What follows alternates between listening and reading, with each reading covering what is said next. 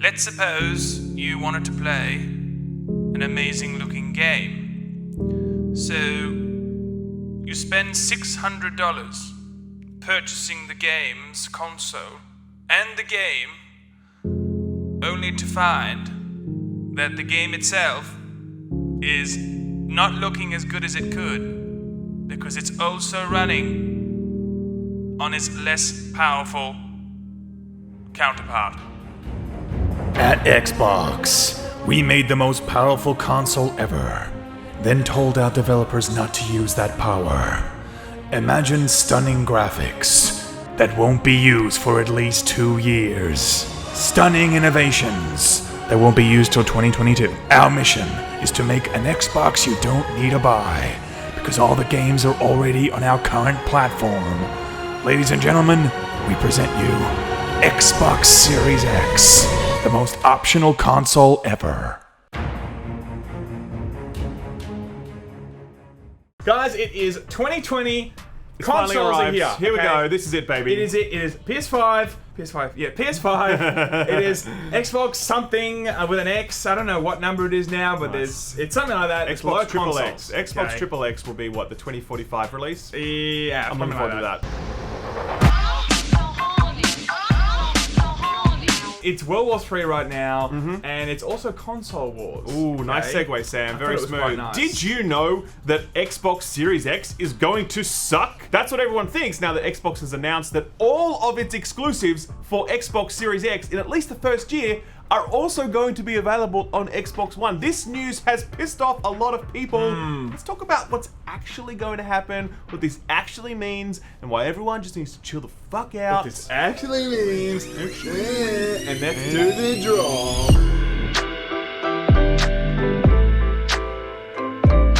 Guys, when we found out about this, okay, we were just sitting here chilling, doing a bit of Laymen Live, hanging out with a few beers.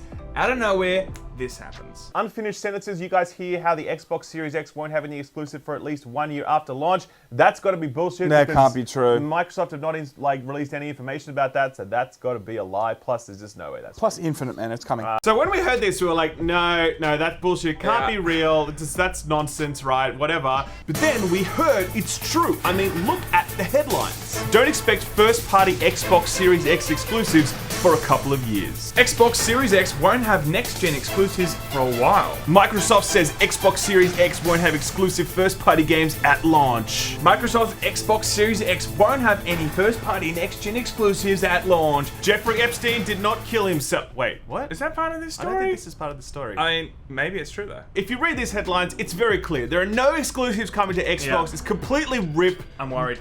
I'm very worried. I'm shooketh. You know, if one thing I know is when a media outlet writes a story, it's true, it's happening, and you should be scared, okay? Okay, let's just break this down. Now, what these guys are saying is actually technically correct. Well, technically, just shut up! It's just a very tricksy way of phrasing that. So it makes it sound like there are no first-party exclusives coming out for the first year of Xbox's life. Like, they're making games, but none of them will be ready in time for launch. They're gonna come later, guys. You have to wait, It right? actually sounds like a YouTube thumbnail. It really Like, does. It's Are these guys fantastic. YouTubers? I think Are they should be. Are they just swinging the bat at the media outlets? right. Come on now, we know. We can actually trust trusty Kotaku for a more reputable headline on this one. God bless you, Kotaku. They write, first-party Xbox Series X games won't be exclusive for a while, Microsoft says. Now, this is actually the right way to frame this news, and this is exactly what was said in an interview with MCV. As our content comes out over the next year, 2 years, all our games, sort of like PC, will play up and down the family of devices. Booty told the site. Can we just say his name's Booty? His name's Booty? That's a damn good Damn, name. boy. Damn. He's thick! Damn, boy. Damn, boy, he's thick. Boy, that's a thick-ass boy. We want to make sure that if someone invests in Xbox between now and Series X, that they feel that they made a good investment and that we're committed to them with content. Only So- applies with, first parties. It only applies to first-party games. This is not a policy that applies to third-party at all. And just to be super clear, it's only for about the first 12 months-ish, they've said. Up to 2 years. Up to 2 years, right? Which is interesting. You know, I don't think we've ever seen another console come along and be like, guys, we are actually making every game for the next 2 years on the PS5 as well as the PS4, so you don't need to buy this yet. Yes. There's no now immediate need to buy this, which is actually kind of risky, man. It is very risky. It's risky. This does mirror a decision that was made by PlayStation and Sony with the release of the Xbox One X and the PlayStation Pro, where they said to all developers, you are not allowed to make games specifically for those consoles. They have to exist on both, right? So this is similar to that, but different, because when we're talking about next gen, the stakes are much, much higher. Yep. So some people love this. Sam, why do people like this? I think people love this because I personally believe that... Some people out there in our nation don't have that. No, I think it's good because a lot of people are like, thank God I don't have to jump onto the next gen. I don't have to spend $600. It does look like a very pro-consumer move because they're like, thank God I don't have to start saving my pennies and jump on a train for 1 or 2 games, you know, because that's the thing about a next gen. It comes out, there's maybe 1 or 2 games you want to actually jump on for. Huge investment for maybe 1 or 2 games at the start of that generation. I totally agree. I think that a lot of people are giving Microsoft credit for this move. A lot of people aren't. I definitely fall in the camp of giving them credit. This is a hella pro-consumer move because it means that if you don't have like $500, $600 plus to shell out for a new console, you can still play the next Halo. You can still play the first-party Xbox games without having to buy the console. We're always complaining about how, you know, like friggin' publishers and manufacturers and Apple and all this shit are forcing us to continuously spend money. Microsoft here is saying, hey, if you don't want to spend money, you don't have to. Yeah. That's a really commendable move. Like, I really, tip my hat to that one. I think it's quite cool. I never thought I'd hear you say hella. Okay, that's very strange before I even start my next point. But you're so old. It is good because, you know, the first 18 months of any new console, there isn't much to buy anyway. So maybe Xbox was just, you know, they've got enough data now for the last, 15, no, it was 2001, wasn't it? Nearly 20 years now of them bringing out consoles and knowing there's not a lot of stuff at the beginning. So, you know, it's a bit of a marketing strategy. It makes them look more pro-consumer. It also keeps the Xbox One still selling, and that's probably also part of the strategy. Yeah, so, okay, look, this is a pro-consumer move that should be applauded. Or should it? I hope you put a nice sound effect on when I said that. Maybe. Actually, maybe I didn't. The edit, only when it's done, Maybe we you'll should know do like the now. opposite and be like, I'm an idiot! So the flip side to this is that many people feel that this decision will hold back the early crop of Xbox games. Because they could have been made with the new SSD and the new CPU, and they could have just focused on delivering truly next-gen experiences. Now developers are going to be held back by the fact that they need to develop also for the Xbox One X, which is, or Xbox One S, by the way, which is There's so many hardware. names. There's so There's so many. many goddamn names. There's the SAD edition as well. The That's right, the digital SAD. one. Yeah, So, yeah. And that hardware was released back in 2013. So the fact of the matter is that they are going to need to develop for both of these platforms, and there's a big difference in power between them. I get that. I think that there's going to be maybe some creative problems. Sure, you know, when you want to do something with a very drastic weather conditions that might really impact the story or, you know, the aesthetic of the game. I get that. You might have to make now some choices if you're looking to put them on both platforms. I get that. Yes. But, you know, I think there's, of course, a payoff. You've got a bigger audience, you know. You're kind of having your cake and eating it too. You're able to make that game and make it as much as, you know, as great as possible, but you're also getting a bigger pool of players. And you're going to hopefully make more sales if you actually do put them on those both platforms. Yeah. And you also look pro-consumer as the developer and the publisher trying to also push it onto those both platforms if you're not first party and you know, and if you're third party. I feel like when it comes to the technical side of things, that you really kind of need to break it down because there's two parts to game design. There's how pretty it looks on the surface, and then there's the underlying physics and AI and those sorts of things, right? So will this decision hold back games from having things like better frame rates, better resolutions, better texture detail, etc.? No, it won't, because those sorts of things can be dialed up and dialed down very easily, just like on a PC where you can change the graphics setting. So that part's fine. Where it does matter a little bit more is when it comes to, as you've said, stuff like physics, stuff like weather, stuff like the number of AI units you have, even level design. Because if you think about it, and this is a conversation I was actually having with a developer about this who messaged me after this news was released, you know, if you're designing a level in a video game, you want to think about how many enemies belong in that level. And if you're capped by CPU or whatever else, then you need to design smaller levels because there's less enemies. Do you know what I mean? Definitely. So it does have some sort of impact.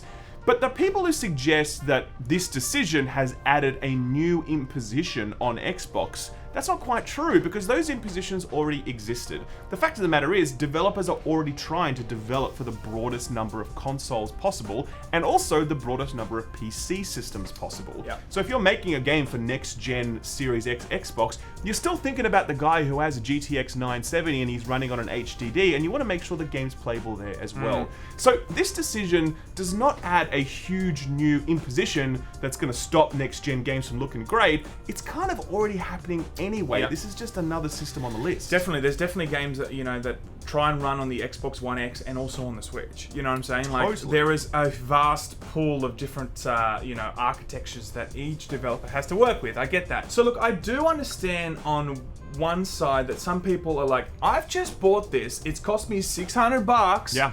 Give me my goddamn power. Like, Yeah. I want to see this thing freaking fly. Yeah. I get that.